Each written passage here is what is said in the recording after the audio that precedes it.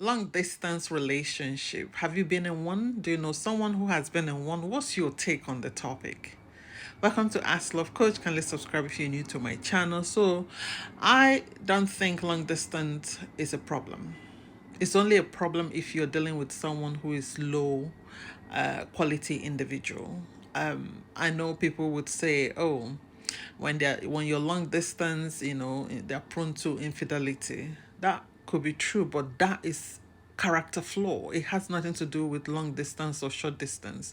People who live under the same roof also deals with infidelity. There are people who have managed to have multiple families in one city. In one city, they all live in that city, you live in that city, and they have managed to create different families in that city. So it has nothing to do with whether it's long distance, short distance, close proximity, in the same roof, under the same roof. It has nothing to do with that. Somebody who is of low vibration, low value, not disciplined, lack of discipline, or lack of moral standards, that is the issue. So don't pass on a good person because of the distance.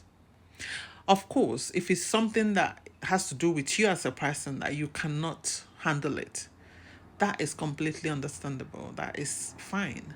But if you have the capacity to handle long distance relationship, don't pass on to a good person because you heard that people who do it, they're often, they often cheat. There's, a case of infidelity. Infidelity happens whether you're under the same roof or not.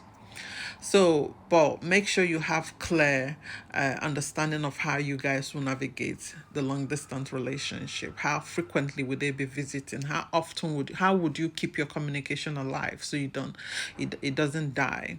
How do you plan to support one another? How do you plan to, grow together so that the distance doesn't bring any breach or any gap or kill your relationship? You want to still be able to keep it alive. So some of the things you can do is to have a clear communication standards in terms of how you want to communicate to one another. You can do video calls.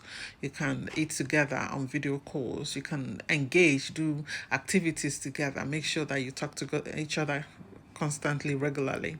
And you're not just talking about the relationship, you're talking about how both of you are growing individually. Actually, you can grow faster when you do long distance relationship, especially as a single person. But of course, once you get married, you want to make sure that you're closing the gap as soon as possible. Either they're coming over to you or you're coming over to them, but there has to be a clear roadmap on how you will navigate, especially that connection.